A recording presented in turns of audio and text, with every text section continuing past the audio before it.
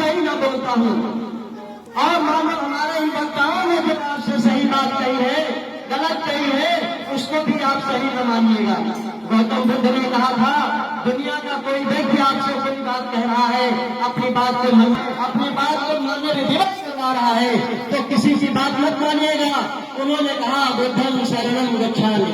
अगर आपको कोई बात समझ में ना आवे, किसी को भी सलाह समझ में ना आवे, कोई मार्ग समझ में ना आए, तो अपने पहले जाइए और अपने बुद्धि विवेक से सोचिए कि हमें क्या करना चाहिए। आपको मार्ग मिलेगा, आपकी सोच बदलेगी, आपका मन यही कहेगा जो सही होगा। दुनिया तो अपने साथ में नहीं है, लेकिन हमारे महापुरुषों ने जो मार्ग दिखाए हैं वो अपने साथ ही में दिखाए हैं, आपके आगे उन्नति के मार्ग को प्रशस्त करने के लिए दिखाए हैं। इस बात को बात मान लीजिएगा, हम भी जो है यहाँ आए हैं, आप लोगों का जागरण कर रहे हैं, आप लोगों को दिशा मार्गदर्शन कर रहे हैं, इसलिए हम आए हैं। तो हम अवंती भाई लोग भी कराते हैं, जो हमारे समाज की गौरव पूर्ण गौरव है। उन्होंने 16 अगस्त 1931 को मध्य प्रदेश के सिवनी जिले में एक मनकेड़ी गांव है, वहां पर इनका जन्म हुआ था। बचपन से इतना प्रतिभावान थी कि बचपन से ही उन्हें दिल्ली परिवार चलाना, घुड़सवारी करने का शौक था। 16 साल की उम्र हुई, 16 साल की उम्र में इनकी शादी हुई। शादी के बाद इनके पति का देहांत हो गया। उसके बाद इनके बच्चे को संभाली। उसके बाद आप बोल दो, आप मैं दे रहे दिन में आप दे मैं बोलती हूँ।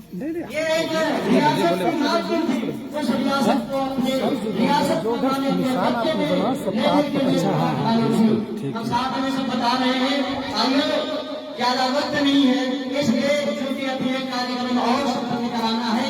बाकी बहुत सारे हमारे वक्ताओं ने आपको सारी बातें बताई हैं। संक्षेप में जानिए कि ये वो नारी है जिसने 36 साल की उम्र में, आप सोचिए, जब बच्चे अपनी उन्नति का मार्ग ढूंढते हैं आज के समय में, उस समय ये प्राप्त थी।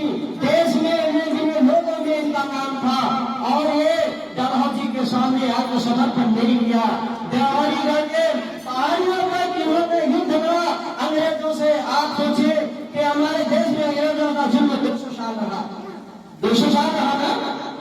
इसके बाद भी 1857 की गजब में अवंती बाई रोधी ने महिला होकर के अपने इस रियासत को सुरक्षा देने के लिए, अपने समाज को, देश को सुरक्षित करने के लिए उन्होंने संघर्ष किया और उन्होंने अपने प्राणों की आहुति चढ़ा दी। आप लोग जानते हो, अगर देश रहेगा तो हम रहेंगे, देश नहीं रहेगा तो हम नहीं रहेंगे। इसलिए देश की सुरक्षा की जिम्मेदारी हम सबकी है। लेकिन आज जो लड़ाई है राजा और रानी की है, तो पहले राजा लोग इस अपनी रियासत के लिए लड़ते थे, आज अपने अस्तित्व को बचाने के लिए शमशेर और भिलाई की लड़ाई लड़ते हैं, प्रधानी और बीबीसी की लड़ाई लड़ते हैं, जिला पंचायत की लड़ाई लड़ते हैं। तो अब आप लोगों को ध्यान देना है कि सबसे पहली लड़ाई तुम्हें लड़नी है जो आज तक नहीं लड़ी है, और वह लड़ाई है शिक्षा, जिसको भी सब लोगों ने बताया है। अगर तुम शिक्षित नहीं होगे तो तुम कोई लड़ाई नहीं लड़ सकते। मजदूरी तो कर सकते हो, व्यवसाय तो कर सकते हो, लेकिन अगर रेलवे स्टेशन पर गए और किसी को कोई कागज दिखाना होगा, तुमसे कहना भैया इसमें देखो क्या लिखा है, तो वहां कौन काम आएगा?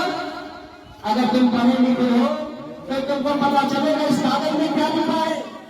गाँव में तुम्हारे कोई आता है और गाँव में आवश्यकता पड़ती है कि भैया जरा इसमें देखो क्या लिखा है, तो जब तुम पढ़े ही नहीं हो तो तुम क्या बताओगे? तुम्हारे पास सब कुछ है, कागज है, सब कुछ, लेकिन तुमको दूसरे के पास जाना पड़ता है। अभी देखो भाई साहब थे हमारे गौतम जी, उन्होंने बताया कि हमारे 2 लड़के सिपाही हो गए हैं, एक लड़का इंजीनियर हो गया, तो कैसे हो गए? उन्होंने पढ़ा है, लिखा है, अपने बच्चों को पढ़ाया लिखाया है। तो आज रानी राजा का खेल खत्म हो गया है। आज ये लोकतंत्र है और बाबा साहब के बनाए हुए संविधान के अनुसार सारा देश चल रहा है। आप देखते हो, राजनीति में अगर देखते हो तो क्या नौटंकी हो रही है। एक प्रधान अगर प्रधान बन जाता है तो उसकी कोशिश होती है कि दोबारा कोई प्रधान समाज की व्यवस्था बदल चुकी है। अब एक बार सरल रहेगा तो एक बार बेहतर रहेगा तो एक बार अनुसूचित जाति के बिरादरी का हक आएगा। तो हम आप लोगों से ये कहना चाहते हैं कि आज सारे लोगों का ये नारा है, जिसकी जितनी संख्या भारी उसकी उतनी भागीदारी। आप लोग सहमत है कि नहीं? अगर तुम्हारी संख्या गांव में अधिक है, खेत में अधिक है, जिले में अधिक है, तो नेता किसका बनना चाहिए? अगर वो नेता नहीं बनता है तो ये गलती किसकी होगी? तो ऐसी गलती ना करना, ऐसी गलती ना करना, सब कर लेना, लेकिन लुटेरे समाज को तुम कभी नेता मत बनाना। अगर तुमने लुटेरे समाज को नेता बनाया तो तुम लुटने के अलावा तुम्हारे पास कोई काम नहीं रह जाएगा। तुम कमेरा समाज के लोग हो, सबसे मेहनती लोग हो और मेहनत होने के कारण तुम हर काम कर सकते हो। तुम छोटा भी काम कर सकते हो, तुम बड़ा भी काम कर सकते हो। 10 किलो का बोझ भी उठा सकते हो, 50 किलो की बोरी भी उठा सकते हो और एक आदमी को गोदी में लेकर के अस्पताल भी जा सकते हो ना। लेकिन जो लोग आज तक तुम्हें ठगे हैं, जो लोग तुम लोगों का अधिकार छीने हैं, जिन लोगों ने आपको प्रताड़ना दी है, वे लोग अगर उनकी लड़की का भी जो वो छूना पसंद नहीं करते और उनकी लड़की रात में बीमार हो गई तो गौतम जी के पास, आसमान जी के पास आते हैं, जिनको घर में घुसने नहीं दिया जाता। उनसे कहते हैं कि हमारी लड़की बीमार हो और उसको गोदी में रख करके अस्पताल में चलना है, तब वो भूल जाते हैं के साथ छुआछूत चली गई। तब उन्हें याद नहीं रहता है।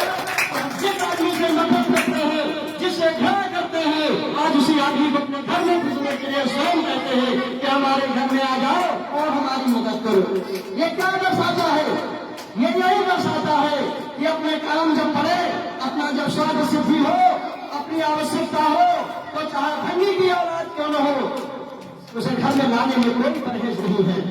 लेकिन अगर हमारी जरूरत खत्म हो गई तो तुम कितने भी बढ़िया कपड़े पहने हो, कितना भी सुंदर शरीर के हो, कितना भी अच्छे चेहरे के हो, कितने भी बड़े दिखते हो, घर के दरवाजे पर आने में कई बार आपको सोचना पड़ेगा और तुम्हें बुलाया नहीं जाएगा। तो ये क्या है? तुम्हारा अपमान है कि सम्मान है? अगर तुम अपना अपमान समझते हो तो अपने अपमान के साथ अपने परिवार को भी अच्छा बनाने की कोशिश करो। अगर ऐसा नहीं करोगे तो आने वाले समय में अभी तो भुगते हो, आगे आने वाले समय में भुगतना ही पड़ेगा। इसलिए मैं आप लोगों से केवल एक बात कहने आया हूँ कि अगर तुमको मेरी बात समझ में आ गई है तो प्रधान अपना बनाना, प्रधान अपना बनाना, डीडीसी अपना बनाना और जिला पंचायत भी अपना बनाना। आपको मैं बता दूं, जितने भी हमारे जिले में 52 जिला पंचायत है, कितने हैं? 52 जिला पंचायत सदस्य चुने जाते हैं और 52 जिला पंचायतों से एक जिला पंचायत अध्यक्ष चुना जाता है और वो जिला पंचायत अध्यक्ष 7 करोड़ रुपया साल में जिला पंचायत में आता है। कितना आता है? 700 करोड़ रुपया आता है। कितना आता है? और आपको कहीं गली कूचे में रुपया का विकास दिखाई नहीं देता है। और दूसरी चीज मैं बताना चाहता हूँ कि हमारे जो प्रधान है, डीडीसी है, जिला पंचायत है, इस पूरे जनपद में एक एमएलसी चुनने का काम करते हैं। क्या करते हैं? आज जो दिनेश प्रताप सिंह है, जो हमारे जिले के एमएलसी हैं, वो इन्हीं प्रधानों के डीडीसी और जिला पंचायत की बदौलत है कि नहीं?